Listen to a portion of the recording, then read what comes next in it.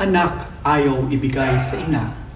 Sa ngayon po ay nasa pangangalaga ng kanyang ama ang aking 3 taong buwang gulang na anak. Bilang ina ng aking anak, ano ang legal na paraan para makuha ko ang aking anak?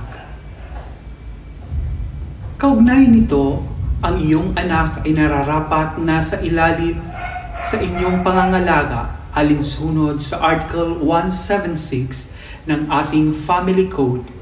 Nakasaad sa Article 176, illegitimate children shall use the surname and shall be under the parental authority of their mother, and shall be entitled to support in conformity with this code.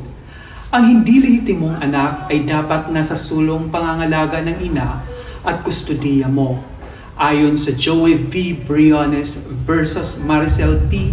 Miguel ng GR number 156343 noong October 18, 2004.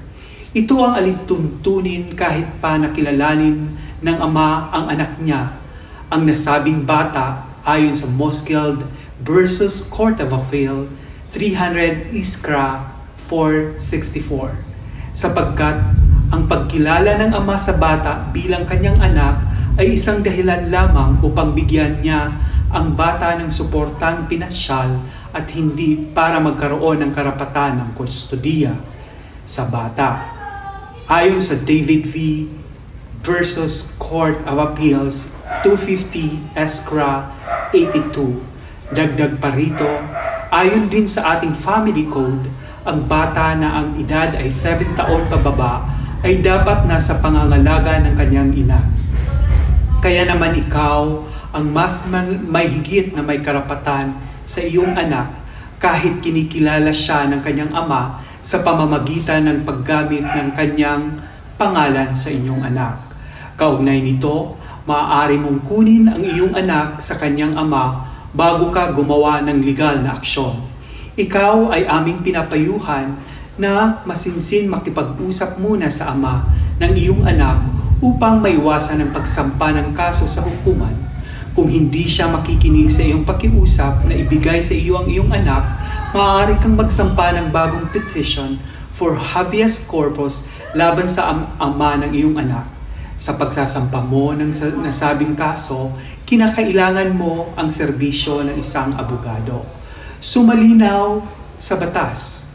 Ayon sa Article 176 ng Family Code of the Philippines, ang pangangalaga ng isang illegitimate child ay dapat nasa ina.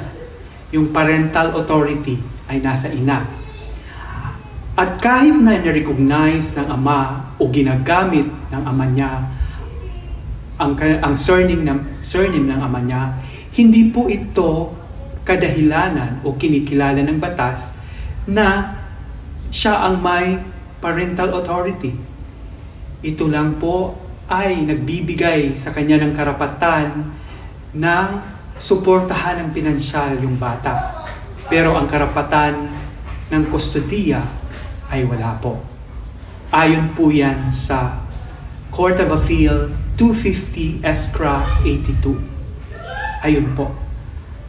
Malinaw po dito sa batas na ito.